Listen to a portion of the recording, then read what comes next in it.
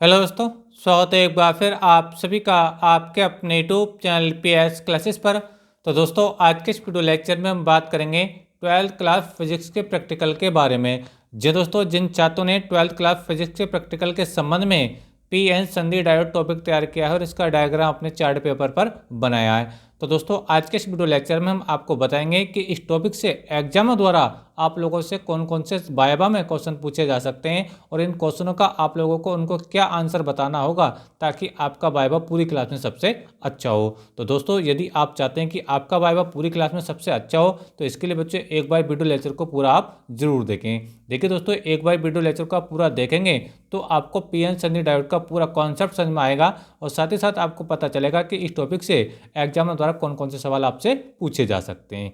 तो चलिए स्टार्ट करते हैं। देखिए दोस्तों, क्वेश्चनों को समझाने से पहले एक बार मैं जो पीएन संधि डायोड का जो डायग्राम है ये आपको ये अच्छे से क्लियर कर देता हूं ताकि आपको क्वेश्चनों को समझने में कोई प्रॉब्लम ना आए। तो चलिए स्टार्ट करते हैं। तो देखिए दोस्तों, पहले आपको बताता हूं कि पीएन संधि बनती कैसे है। ठीक है, तो देखिए बच्चों, एक होता है बच्चों आपका पी टाइप अर्धचालक और एक होता है बच्चों आपका एन टाइप अर्धचालक। ठीक है, जिसे मैंने पी क्षेत्र और एन क्षेत्र से लिख रखा है। ठीक है, अब ये कहाँ से कहाँ तक है देखिए उसको समझिए। ये जो आप देखो पी एन संधि देख पा रहे हैं ना, ये पी एन संधि, ये जो लाइन में जहाँ पर मेरा पेन चल रहा है, ठीक है, तो इसके इधर की ओर कोई पूरा क्या, ये सारा का सारा बच्चों आपका पी क्षेत्र है यानी पी टाइप सेमीकंडक्टर है।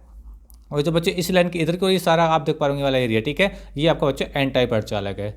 ठीक है, समझ में आ रहा आप लोगों को मेरी बात। तो ये है बच्चों इस ओर का क्या बच्चा आपका पी टाइप सेमीकंडक्टर, इधर का बच्चा आपका एन टाइप सेमीकंडक्टर। इंग्लिश में कह रहा हूँ, ठीक है, और हिंदी में बच्चे बोलते हैं इसको पी टाइप अर्धचालक क्रिस्टल और इसको बोलते हैं बच्चों एन टाइप अर्धचालक क्रिस्टल। ठीक है, अच्छा, अब देखिए दोस्तों, इसके अंदर कुछ और भी पार्ट आप देख पा रहे होंगे, जैसे कि आपको ये दिख रहा होगा, जो आप सर्कल देख पा रहे हैं, सर्कल के ऊपर प्लस आप देख पा रहे हैं। ठीक है, इसको बच्चे हम कोटर बोलते हैं। क्या बोलते हैं बच्चों? कोटर। जो आप यहाँ पे ये चीज़ देख पा रहे हैं, ये सब क्या है, ये कोटर है। इंग्लिश में बच्चे इसको होल बोला जाता है और कोटर पर बच्चों प्लस चार्ज होता है। ठीक है, समझ में आ रहा है। अच्छा, अब ये जो डॉट का साइन आप देख पा रहे होंगे, इसके ऊपर माइनस देख रहे हैं। ठीक है, जो ब्लैक कलर का ये डॉट है इसको माइनस साइन है, ये बच्चों इलेक्ट्रॉन को प्रतीक है। ये इलेक्ट्रॉन है इसके अंदर, ये जो आप ये चीज़ देख पा रहे होंगे, ये सब क्या है, ये सारे के सारे इलेक्ट्रॉन है। इलेक्ट्रॉन पर आप जानते हैं नेगेटिव चार्ज होता है। ठीक है, तो क्वार्टर पर प्लस चार्ज होता है, इलेक्ट्रॉन पर नेगेटिव चार्ज होता है। ठीक है, अच्छा, और आगे देखिए समझिए, ये जो सर्कल के ऊपर आप सर्कल के भीतर जो आप माइनस देख पा रहे हैं, ठीक है, ये बच्चे आपके ग्राही आयन है जो आपके पी क्षेत्र में आपको ये दिखाई दे रहे हैं। ठीक है, और जो सर्कल के अंदर बच्चे प्लस चार्ज आप देख पा रहे होंगे बच्चों, ये दाता आयन है जो आपको एन क्षेत्र में ये दिखाई दे रहे हैं।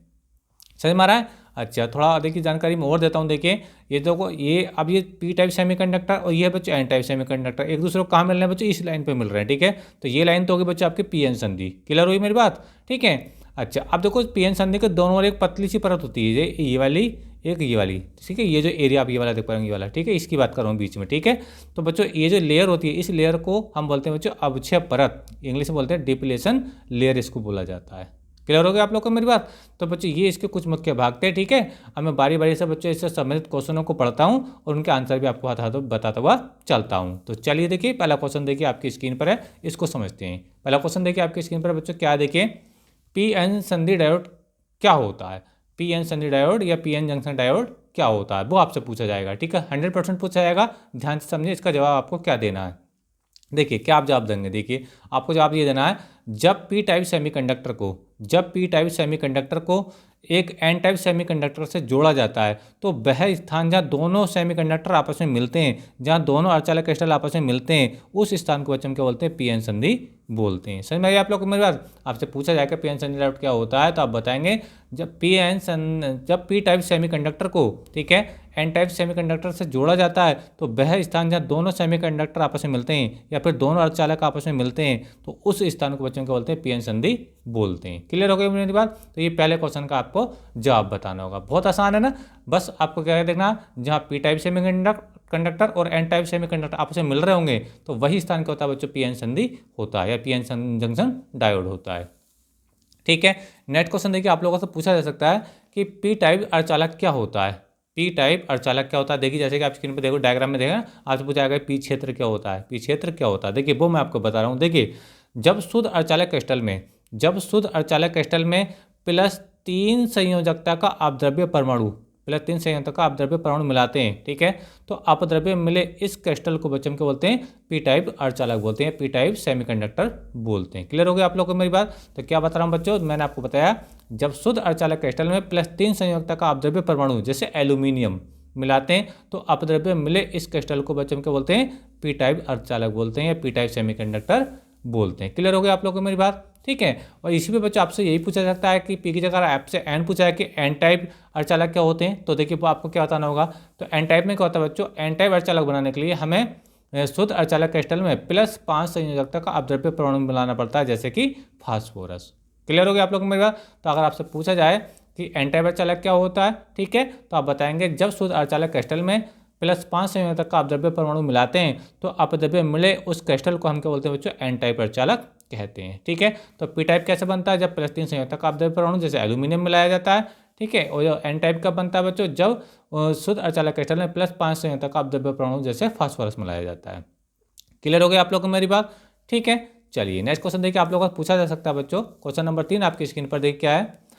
एन टाइप अर्धचालक क्या होता है, देखिए तो इसका जवाब तो मैं अभी आपको दे चुका हूँ। तो एन टाइप क्या होता है बच्चों, इसको बनाने के लिए हम बच्चों +5 संयोजकता का अपद्रव्य परमाणु मिलाते हैं जैसे फास्फोरस। और पी टाइप में करते हैं, पी टाइप में आपको बताना है +3 संयोजकता का अपद्रव्य परमाणु मिलाते हैं जैसे कि एल्यूमिनियम। क्लियर हो गया आप लोग मेरी बात, तो इस बात को याद रखेंगे, ठीक है। ये फास्फोरस का प्रतीक है और एल एल्यूमिनियम का प्रतीक हो गया, ठीक है। अच्छा अगला क्वेश्चन देखिए, आप लोगों को पूछा जा सकता है बच्चों, क्वेश्चन नंबर 4 है, अर्धचालक क्या होते हैं। अर्धचालक यानी सेमीकंडक्टर क्या होते हैं।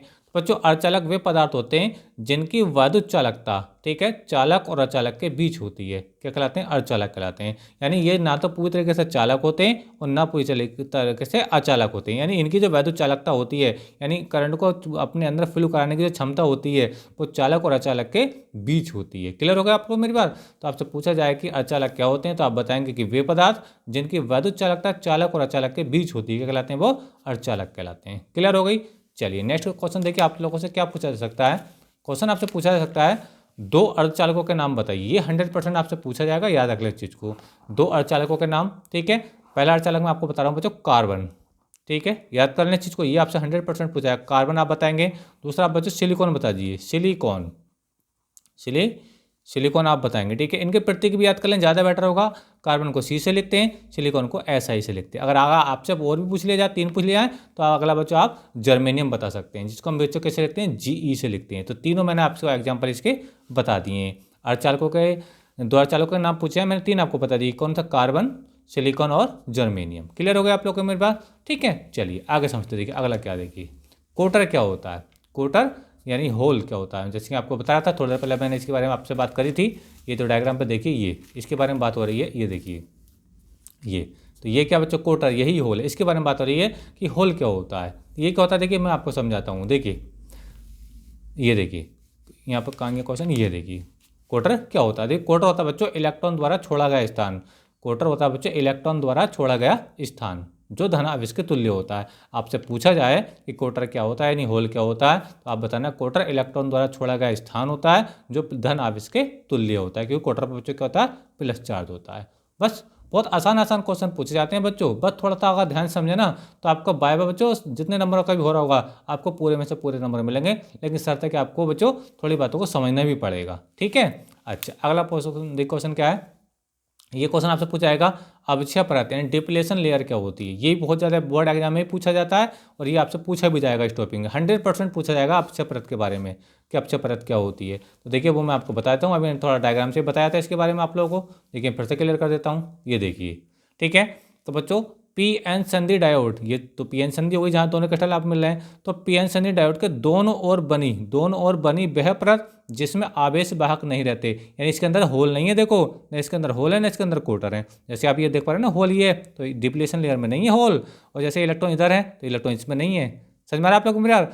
तो PN संधि डायोड के दोनों ओर बनी वह परत जिसमें आवेश वाहक नहीं रहते, आवेश मतलब होल और इलेक्ट्रॉन नहीं रहते, क्या कहलाती है, वो अवक्षय परत कहलाती है। क्लियर हो गया आप लोग मेरे यार। इस चीज़ को याद रखना, अवक्षय परत के अंदर ना तो कोई होल होता है ना ही कोई क्या होता है बच्चों, इलेक्ट्रॉन होता है। क्लियर हो गई मेरी बात, क्योंकि एक दूसरे को क्या करते हैं, उदासीन कर देते हैं, न्यूट्रल कर देते हैं, ठीक है, समझ में आ रहा है। तो इसी वजह से बच्चों इसके अंदर डिप्लेशन लेयर के अंदर कोई भी इलेक्ट्रॉन या होल नहीं होता है, ठीक है। क्लियर हो गई मेरी बात। तो आपसे पूछा जाए कि अवक्षय परत क्या होती है, तो आप बताएंगे कि PN संधि डायोड के दोनों ओर बनी वह परत जिसमें आवेश वाहक नहीं रहते। आवेश वाहक का मतलब किससे क्या बोल रहा हूँ मैं, कोटर और इलेक्ट्रॉन से बोल रहा हूँ, ठीक है।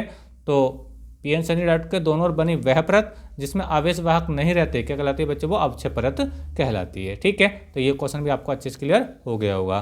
तो देखिए अगला क्वेश्चन समझते हैं। देखिए ये देखिए अगला क्वेश्चन देखिए आपके स्क्रीन पर है बच्चों, पी तथा एन क्षेत्रों में आवेश भाग क्या होते हैं। पी तथा एन क्षेत्रों में, जैसे कि आप स्क्रीन पर अभी देख पा रहे थे, पी तथा एन क्षेत्रों में आवेश भाग क्या होते हैं। तो पी क्षेत्र में बच्चों आवेश भाग होते हैं होल। पी क्षेत्र में क्या होते हैं बच्चों, आवेश भाग होल होते हैं यानी क्वार्टर होते हैं। और एन क्षेत्र में जो आवेश भाग होते हैं बच्चों वो इलेक्ट्रॉन होते हैं। क्लियर हो गया आप लोग को मेरी बात।